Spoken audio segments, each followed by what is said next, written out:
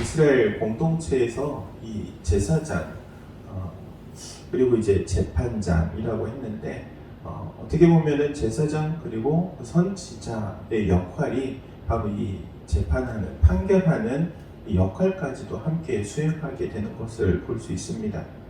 그런데 이 시시비비를 가린다는 것은 쉬운 일이 아닙니다. 왜냐하면 그 시시비비를 가릴 때에는 반드시 그 정황에 그리고 또 함께 있었던 사람들의 분명한 증언이 있어야 되고 증거가 있어야 되기 때문이죠.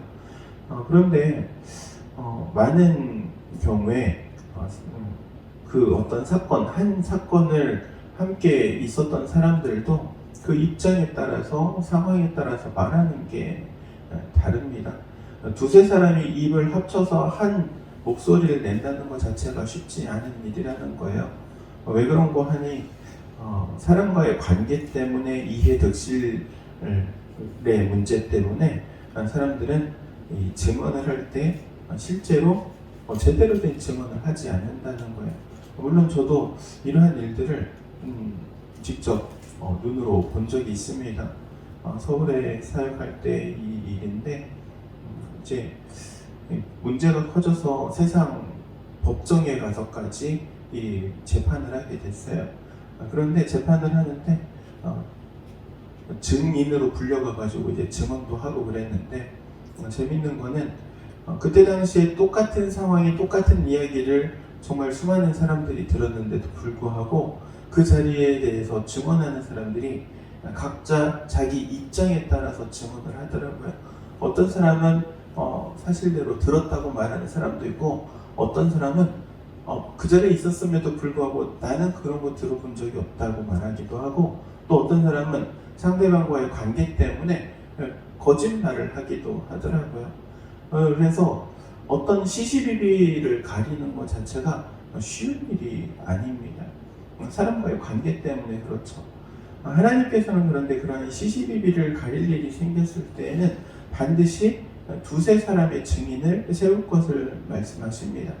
두세 사람의 증인이라는 것은 결국에는 공인된 증인들, 그 당시의 상황에 함께 있었던 사람들의 정확한 그러한 사실을 규명해야 한다는 것을 말씀하시죠.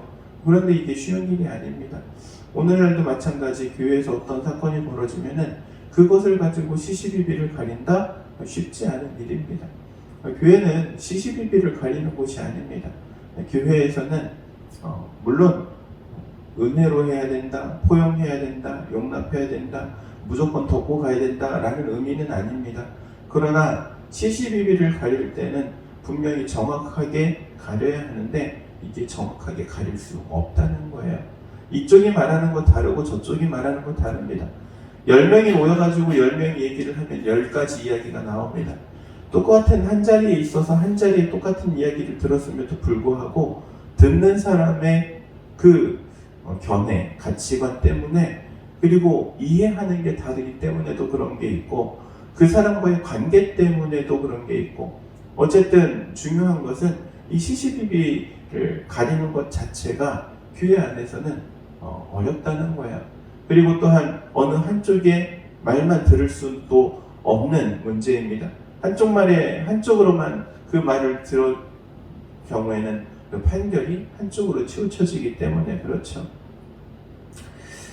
그래서 성경은 오늘 말씀하기를 두세 사람의 증인을 세울 것 그리고 위증한 자에게 내리는 처벌 이렇게 경고하고 있습니다. 사랑하는 성도 여러분, 교회 안에서는 시시비비를 가리는 곳이 아닙니다. 교회 안에서 시시비비를 가릴 수도 없거니와 시시비비를 가릴 경우에 한 사람은 반드시 또 낙인이 찍히기 때문에도 그렇죠. 그래서 이러한 문제들이 있을 때는 오히려 교회 공동체는 그들을 위해서 기도하고 기다려줘야 합니다. 그것이 한 주가 됐던 한 달이 됐던 1년이 되었든 서로 간의 이해관계가 풀어지고 해결되고 그리고 이제 그 모든 문제 가운데 당사자들이 서로 함께 용납하고 포용할 때까지 교회는 기다려줘야 하는 것이죠. 그래서 우리 당인교회도 또한 어떠한 문제에 부딪히거나 시시비비를 가려야 할 일이 있다면 이 일을 이 말씀을 기억하시기 바랍니다. 시시비비를 가릴 수가 없다. 시시비비를 가려서도 안 된다. 그리고 시시비비를 가릴 하나님이 가르셔야지 사람이 할 수 있는 것이 아니기 때문에 그들을 위해서 기도하고 또한 기다려줘야 된다라는 사실을 항상 기억하시기를 바랍니다.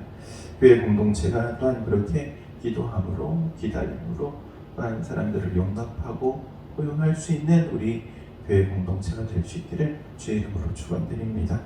기도하도록 하겠습니다. 사랑과 은혜가 충만하신 하나님 은혜를 구합니다. 주님 몸된 교회가 몸된 교회로서 역할을 감당하게 하시되 주님께서 또한 맡겨주신 양무리들을 올바르게 이끌어갈 수 있도록 인도하여 주옵소서. 또한 시시비비를 가릴 일이 없다면 좋지만 또한 세상 살아가는 공동체 안에 또한 그러한 문제들이 발생할 수도 있습니다.